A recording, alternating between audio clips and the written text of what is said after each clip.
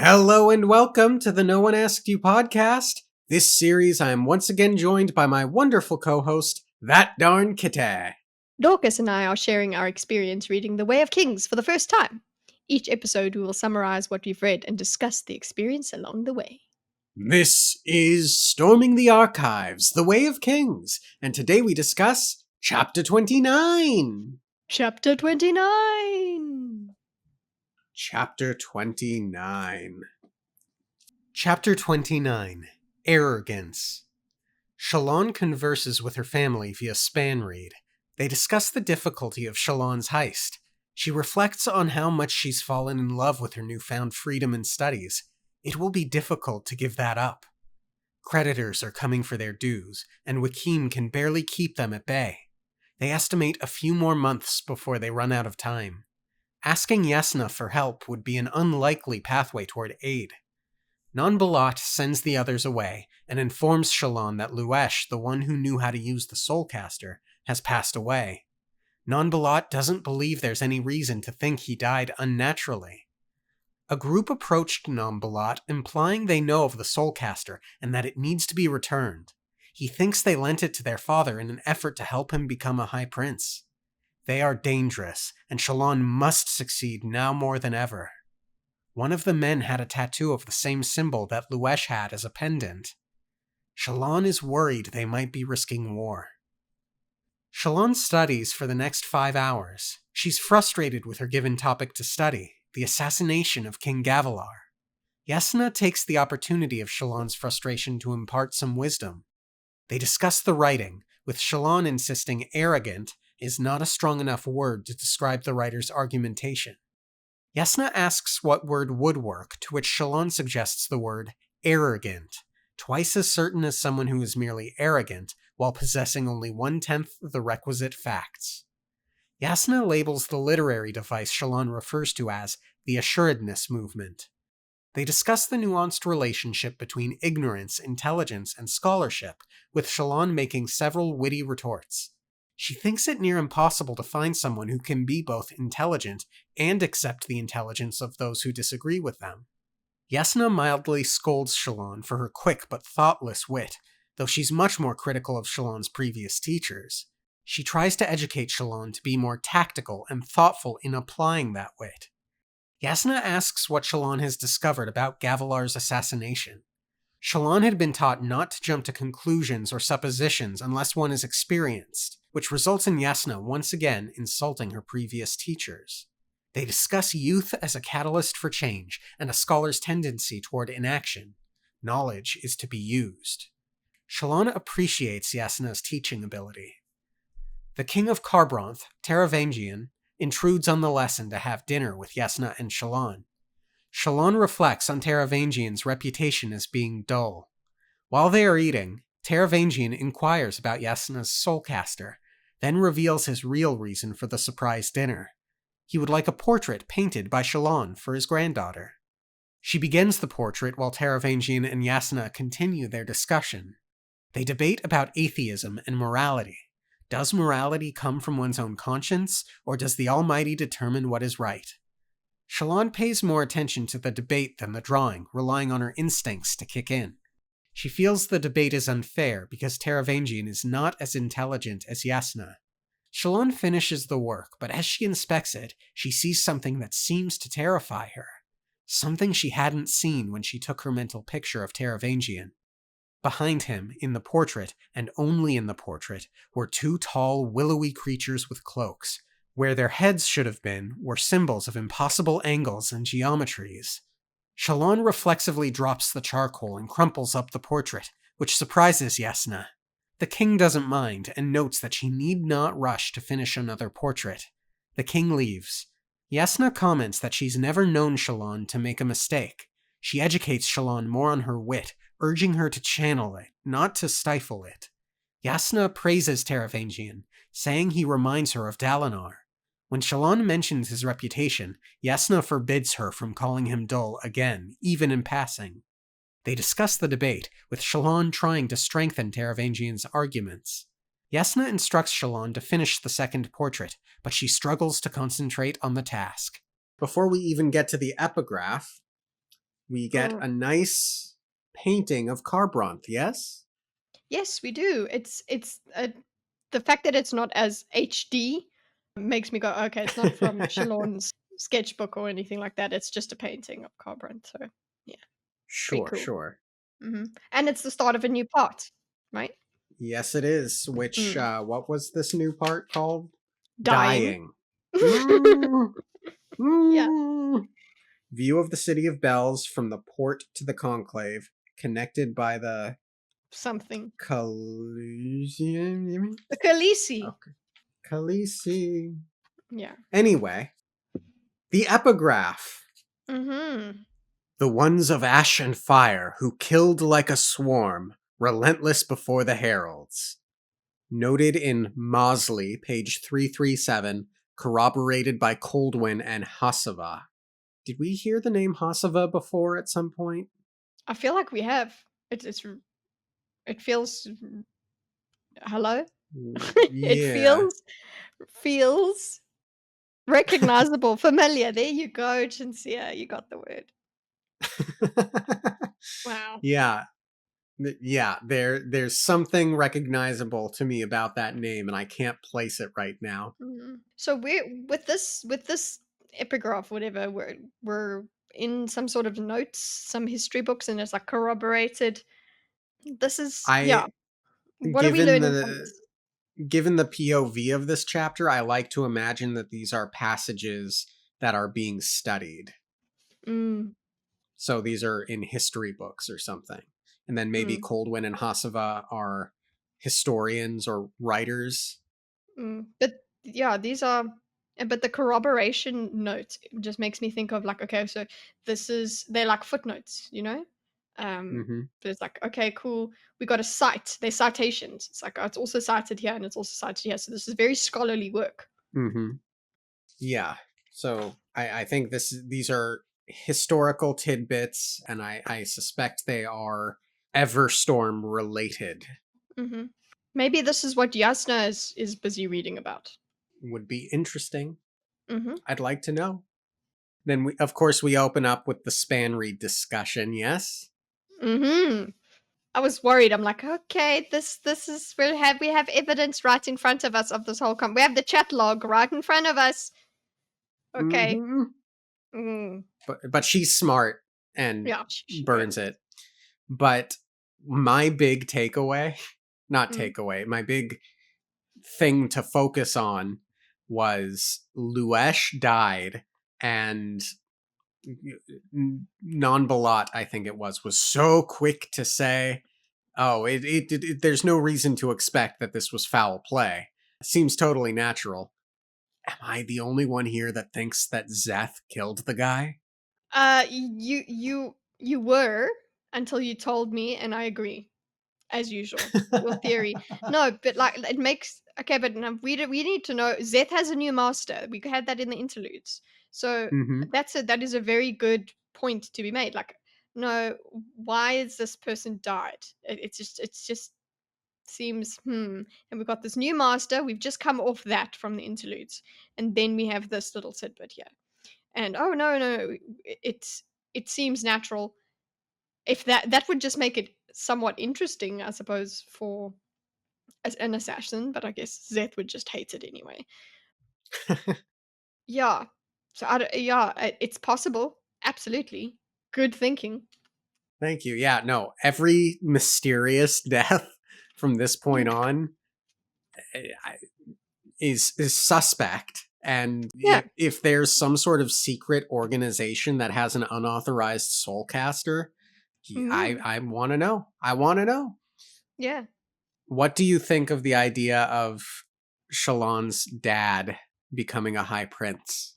That didn't make much sense to me. I was like, you're in I guess he was hoping to at some point that I guess that's an ambition that most of the lords would have. But yeah, at the same time, I'm not understanding whether they're a Lethe themselves or not. What kind of high prince are they talking about? I'm confused by this whole Yeah, well, they're a Vaden nationality. house. We Yeah. know that. Mm. I guess becoming a high prince is just like a monetary. Mm. It's not a high prince like an bar. Alethi high yeah, it's not an Alethi high prince though, right? Yeah. Mm. I don't think Yeah, so. I felt like there was a distinction between those 2, that's why I was irritated by them calling that was actually what I was too busy focused on, was like, "Hold up, what kind of high prince are you talking about?" That's what I was too busy focused on. Didn't really had developed too much of an opinion on what the father wants, what the father him going for that sort of thing. But yeah, Gotcha. just ambitious dad. There you go. Yeah. Here's the thing though. Maybe this is against the backdrop of Zeth's mysterious new masters and what happens with Shalon at the end of this chapter. But I'm getting the sense that while whatever her dad was involved in is like a step above normal politics, Mhm.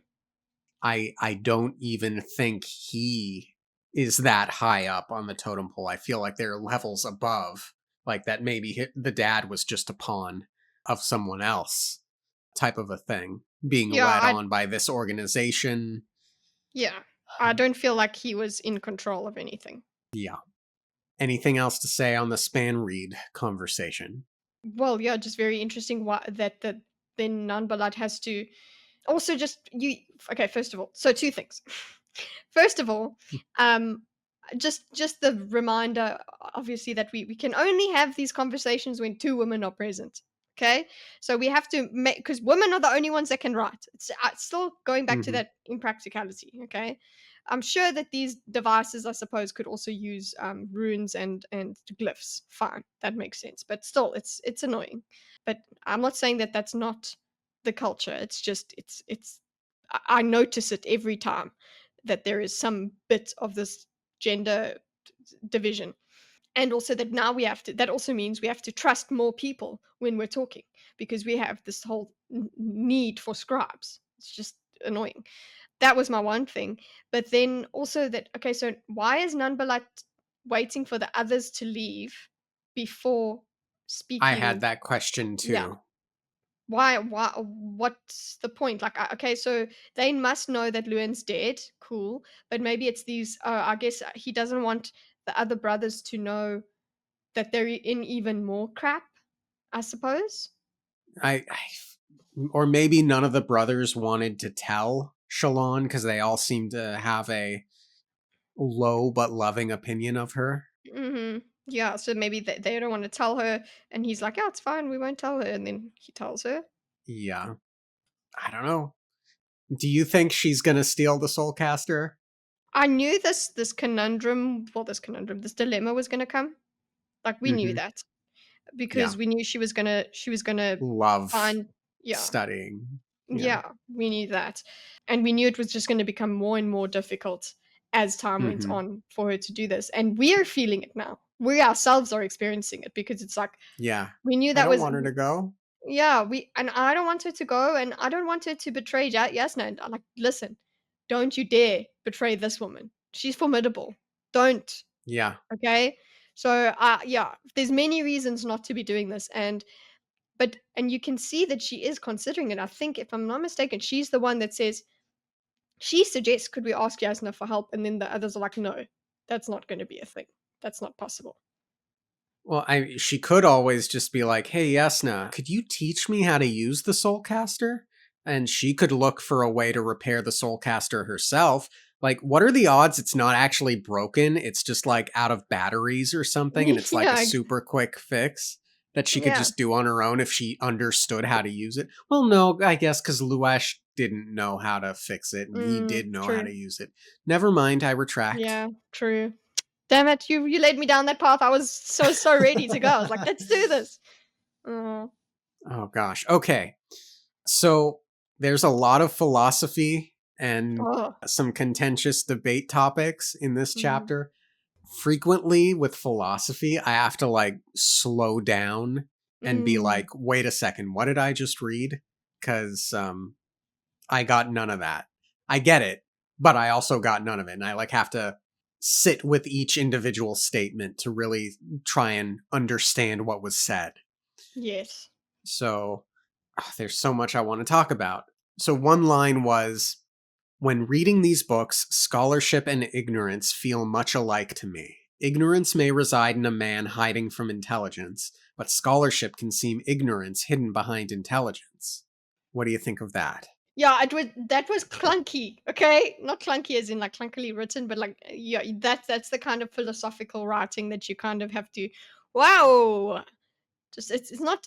Oh no, you're using big words. It's that you're making a comparison with too few words. Actually, Mm-hmm. you're going ignorance and scholarship, and then you. It's a great thesis statement, but I would need more discussion. You know. But they don't. They're just so smart. So good for them. Let's break this down even further then. Ignorance may reside in a man hiding from intelligence. He doesn't want to know intelligence. So she's talking about scholarship and ignorance, right? First, she says scholarship and ignorance feel much alike to me. Then she's talking about ignorance. Ignorance may reside in man hiding from intelligence. So what is intelligence here? What are we talking about? Are we talking about knowing things, finding things? A man that is not intelligent enough to seek knowledge, that's ignorance. Hiding. Someone who is willfully ignorant, someone Hmm. who is afraid of the truth. Hmm. Yeah, intelligence. So having intelligence, in terms of like if you talk about the CIA kind of stuff, right? So I have intelligence on this. So a man is hiding from intelligence. He's hiding from knowing, from knowledge. But Mm, scholarship can seem ignorance hidden behind intelligence. So it's like I don't know things, but I have a lot of things that I know.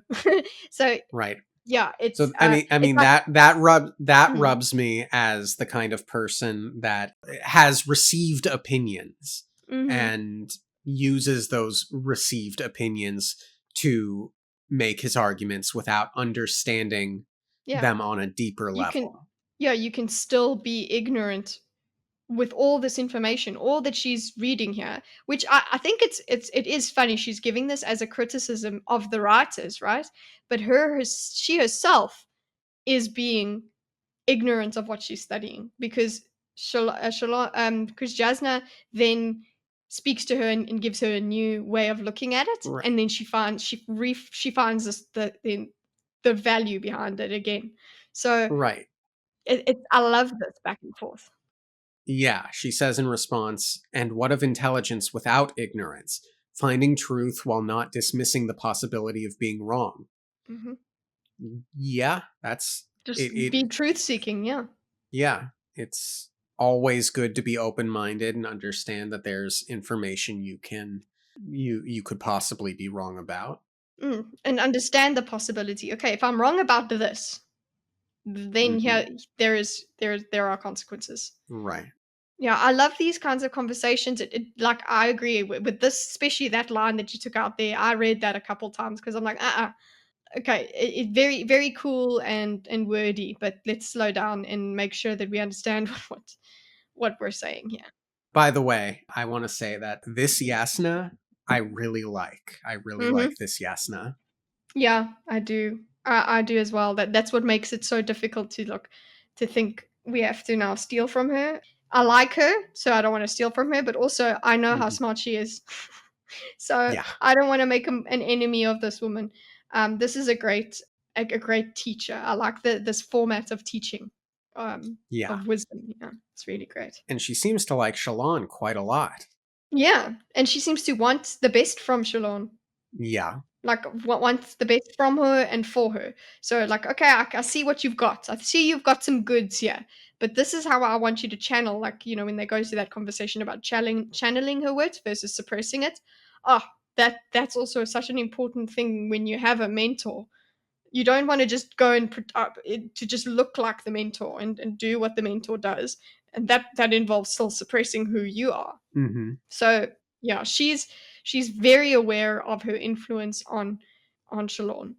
She's Yeah. yeah, that which just makes this even more difficult. Like how, and it also makes us realize how young Shalon is, and Yeah. like yeah, she's smart, but she's not the smartest. Yeah. And then Taravangian comes in and has dinner with them. And I get the sense that Taravangian has enemies. Yeah, well, he says so as well. He's also says he's made enemies. So he had enemies. Kings will have them. I guess we can also say that. But he's made Sure. enemies by taking her in, by conversing with her, by not casting her That out. atheist. Yeah. Yeah, the heretic. So like he's supposed to stay away from her. Like she's gonna her atheism is contagious or something. Like she even talks about a Doesn't rash. hurt. Yeah, yeah. Like it, but at the same time, I do think he. That's why I'm also a bit annoyed with Shalon when she's like, "Oh, he's dull." It's like, wow, what? Because he doesn't speak fast enough for you, or what do you mean by dull? I think Yeah, it just shows yeah. how influenced she is by everyone else's opinion of this guy. Yeah. And Mm. did you get the sense that Yasna was surprised that Taravangian has a reputation as a dullard? I didn't get the surprise that she was. No, I saw the comparison between Dalinar and Teravangian as a soft point that because so if Dalinar can be if Teravangian can be viewed as dull, then Dalinar can be viewed as dull, and she doesn't want that for her, I suppose, her uncle. Right. So that's what I took from that exchange. Gotcha. I see. Interestingly, I thought that Yasna might not have been aware of Taravangian's reputation, and she's concerned by it. No, I would feel like she's aware of these things, and she had the answer immediately. She was like, "Oh, well, that's just idle talk and whatever." But then again, she could just say Hmm. that, and she could be using confidence. She herself admits to using this like assertiveness and certainty movement thing. Sure.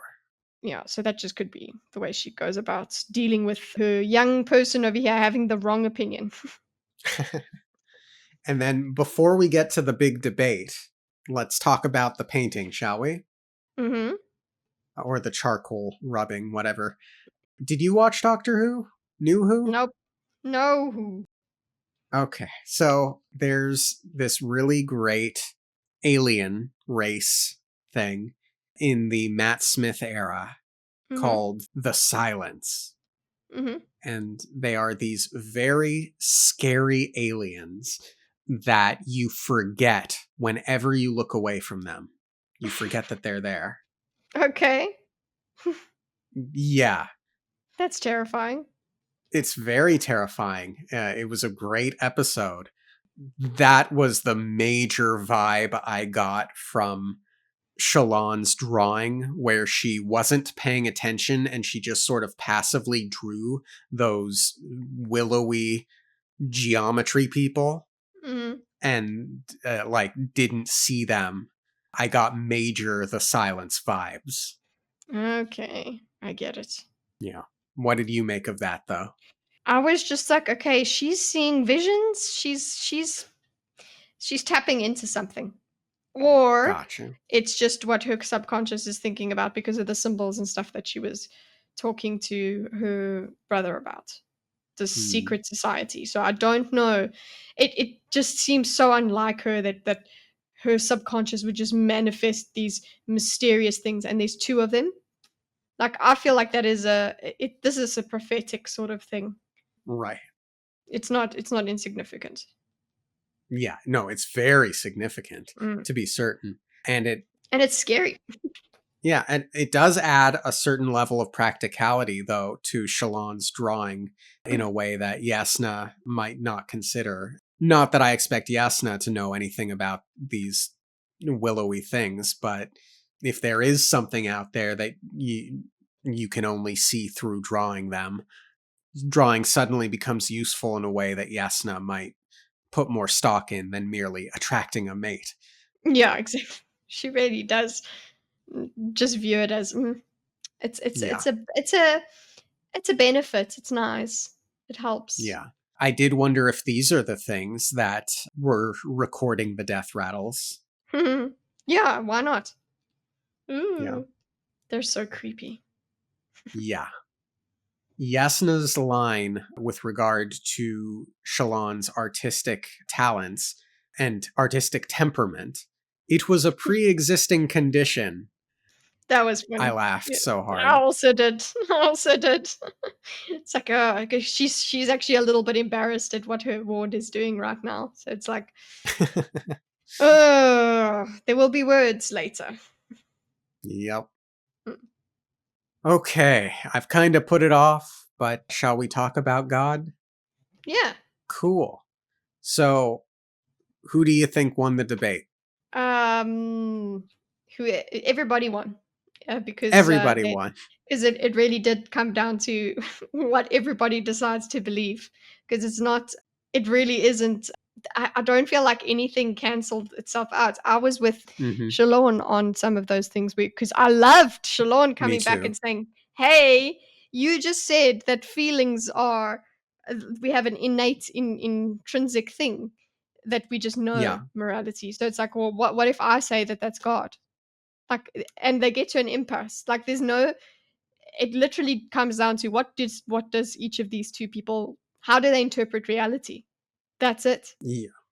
There's no, Yeah. oh, well, you proved God doesn't exist and you proved God did exist. It's, this is how I interpret reality and my feelings and this and that. And this is how I do. Mhm. And I do appreciate Yasna saying that she's not trying to convert people. Mhm. She's just like, this is just how I feel. But it seems like she gets a little bit of a kick out of it as well. Right. Yeah. Shalon was the winner here, sort of. Well, she got a point on that with that turn of you just used feeling, Yep. and you told me she used a certain principle against Yasna, that, which I love. That was a good turn. Right. So, do you want to go through the arguments in the debate? Okay. Okay. So, Yasna says, I wouldn't say that I have nothing to believe in, Your Majesty. Actually, I have much to believe in my brother and my uncle, my own abilities, the things I was taught by my parents. To which Teravangian responds, But what is right and wrong? You've discarded that. To which Yasna responds, Just because I do not accept the teachings of the devotaries does not mean I've discarded a belief in right and wrong. That was a great one. That was a great like that's where I can understand why Shalon is like, oh, he's dull, because he's not making the arguments that are he's not making good enough arguments here. That's just silly. It's kind of, oh, but then what's right and wrong? God, oh God, that is a general thing that people go to. Is morality is a is God is what gives us morality. But we come to understand that there is another interpretation where it's, well, morality gives us society, keeps us alive. So morality is intrinsic to humanity. So we Hmm. don't need God telling us how to do it. Right. But in theory, regardless, morality would be coming from an outside source. Doesn't she suggest that her morality is informed by her parents at some point? Yep, that she literally said the things my parents have taught me. So her parents Yes, taught her what was okay. right and wrong. And also then she does appeal to also people knowing what's right and wrong. Right. So that is an outside source. Hmm. Your parents are an outside source.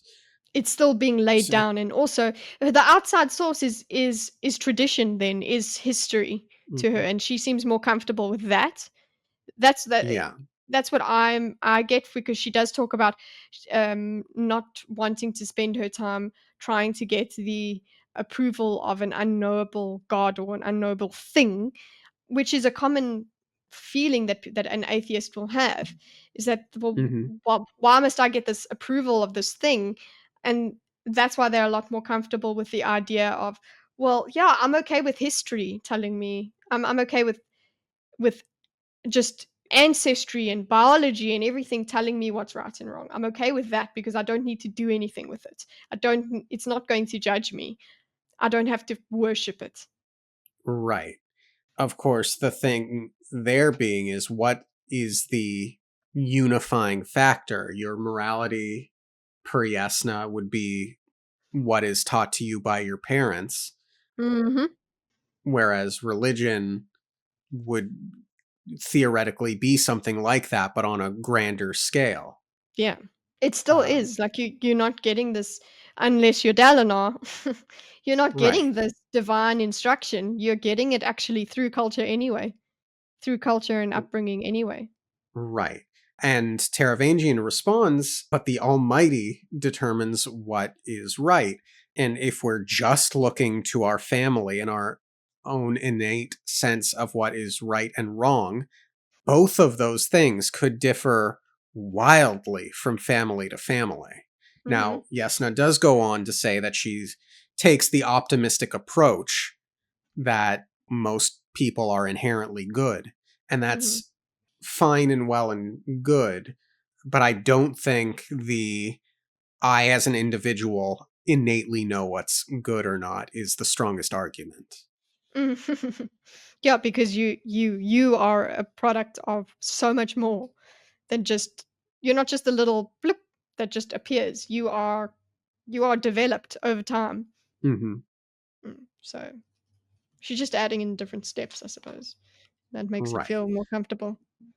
Right. So Yasna says, must some unseen thing declare what is right for it to be right? I believe that my own morality, which answers only to my heart, is more sure and true than the morality of those who do right only because they fear retribution.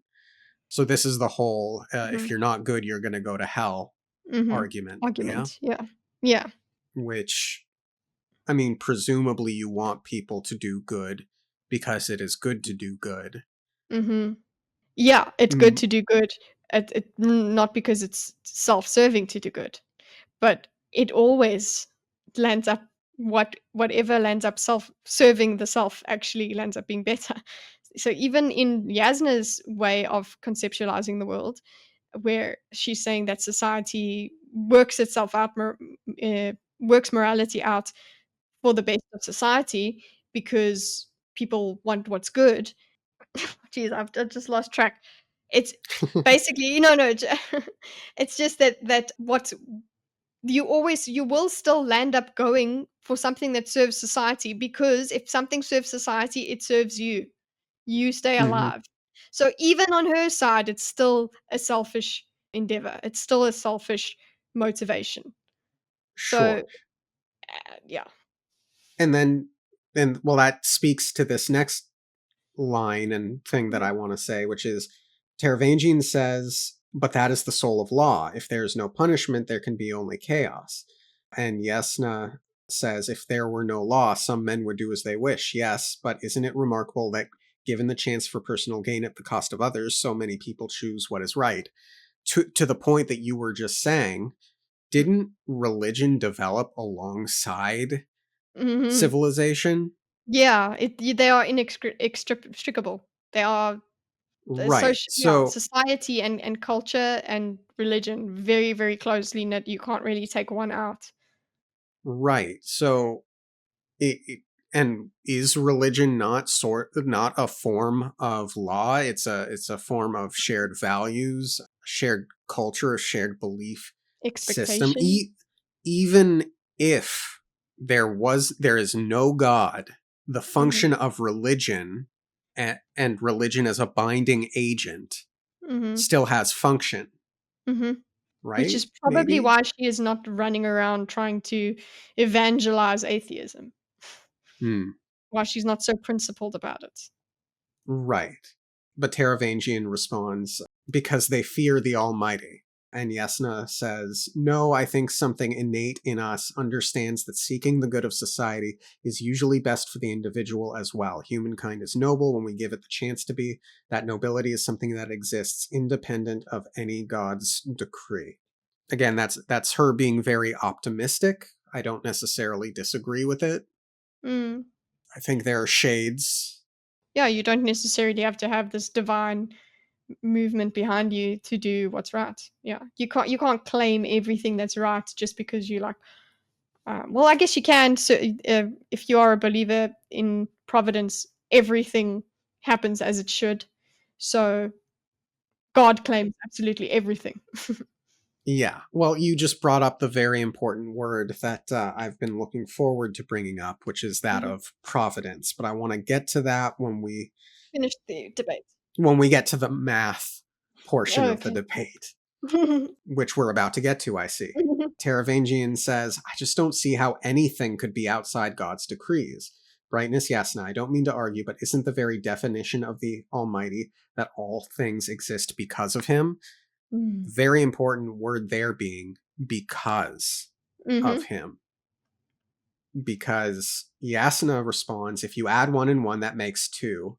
No God needs declare it so for it to be true. So could we not say that mathematics exists outside the Almighty, independent of him? That does not counter the argument that everything Mm-mm. exists because of the Yeah, Almighty. it doesn't. Yeah, I So, was also there. Yeah.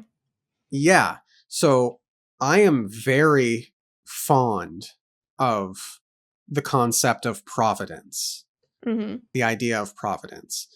Mhm. Conceptually, this idea that God is this force, God is nature, God is whatever indefinable Mhm. element of the universe that caused its existence and has allowed for everything to exist such that we are here having this Mhm. conversation here and now, right? Mhm. Yeah. Presumably, the existence of math would fall under that purview. Mhm. By this definition, God has allowed for math to exist and serve Mhm. the function that it does.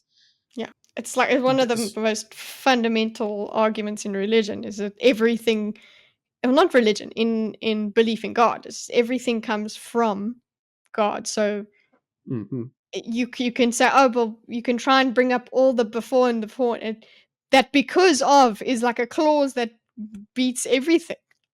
And Yeah. this Yeah, gets it me back really to, is. yeah, this gets me back to my earlier point where it actually then comes down to the interpretation of each Sure. individual, because Yeah, they will find that because of good enough or not.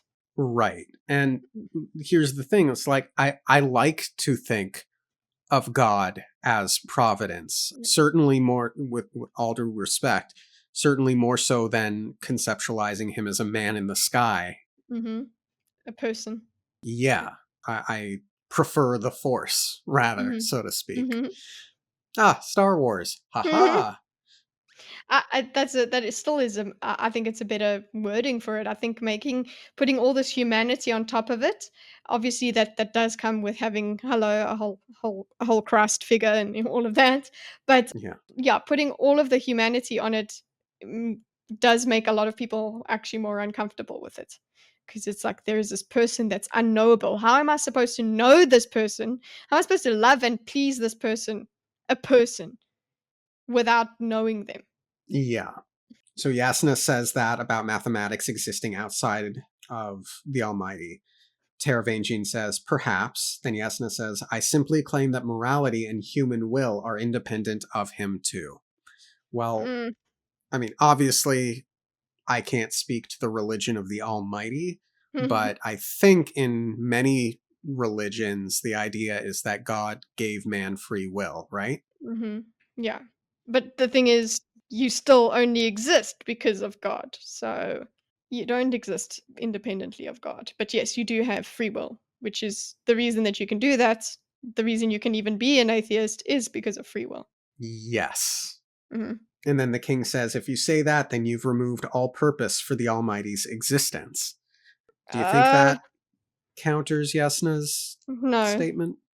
No. Also, why must there be a purpose? You're Hmm. making purpose necessary. You've taken, that's a very bad argument. Oh, you've taken the reason I want this God to be alive. You've taken the purpose away. That's not a good Mhm. word for it. You've taken existence away. That's better. But yeah. I can understand people balking at the idea of there's no purpose to life. Mhm. Yeah. That's very uncomfortable. Yeah, Mm. I think a lot of people try to find purpose in their own life, but everyone grapples with the question of what is my purpose? What am I What's the meant to point? do? What's the Mm. point? Yeah. So then they sit quietly for a little while, and Teravangian compliments Yasna on her debate skills, and then we get the whole drawing fiasco. But then Shalon comes in at the end with her argument. I'm not very well trained in that area myself, but I do think that you ignored or at least minimized one vital part of the discussion, which is our heart's brightness. I believe because I feel something, a closeness to the Almighty, a peace that comes when I live my faith. That's, I think, a powerful rebuttal to Yasna, because it's not wholly Mhm. different from Yasna's. Well, my morality is Yeah. innate, and presumably Yasna feels good when she's Mhm. doing good. That's Shalon has more or less just said the same thing in a different way, and there's a structure for Mm. Shalon.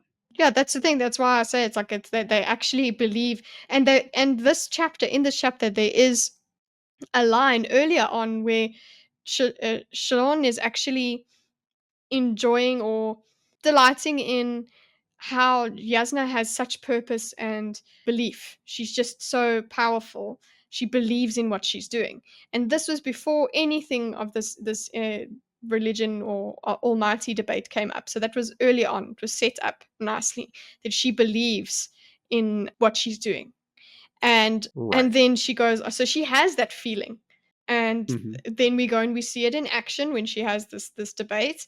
But then now Shalon is saying, well, I have this kind of feeling, what about mine? Yeah. I think, Yeah. yeah. So Yasna responds, the mind is capable of projecting expected emotional Mm. responses.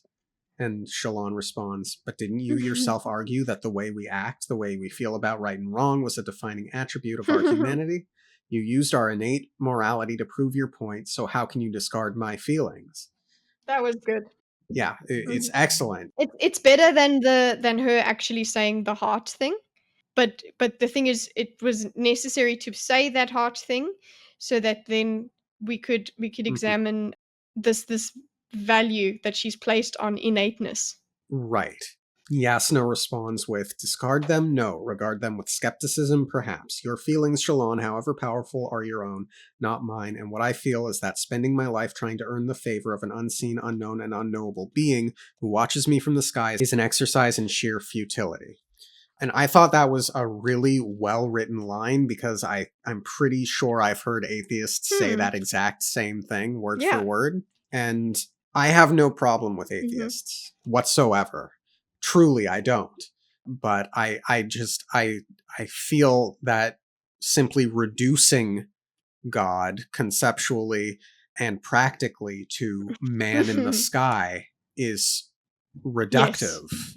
Agreed. But Yeah, it comes down to that. Yeah, it comes down to whether you're okay, whether you will be comfortable with reducing it to that, and therefore being okay with it. So you have beliefs. yeah. My yeah. And don't get me wrong, like I think you could poke away at the exist because of God Mhm. argument as well on the Yeah. opposite side. I think you can poke at that just as much, Well, but at some point, belief actually comes into it. At some point, and faith. you do come to a belief statement. So whether it's I believe that everything is pointless and it just happened one day, nothing exploded and we became a thing.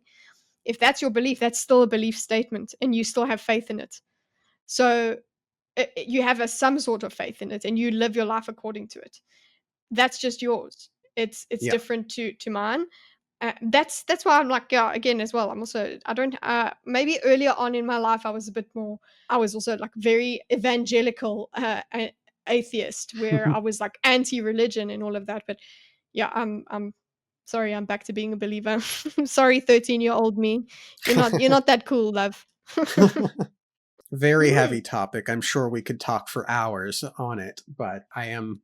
Oh, I did want to ask you what you made of the assuredness movement.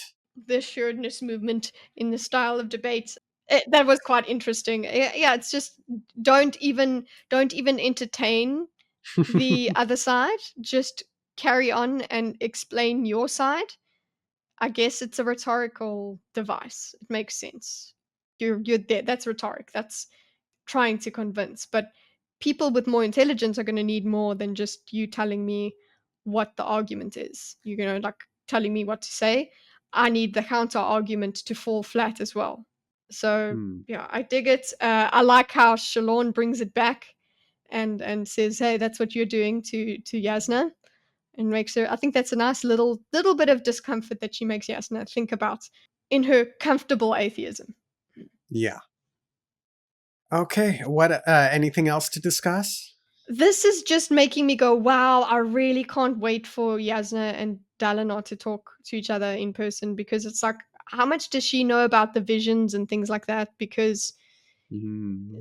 as an atheist, what she's not going to be thinking this comes from the Almighty, but Yeah. Does she know about the visions? yeah, she would obviously go, oh, that's just the mind. She literally dismissed this feeling that Shalon has. Hmm.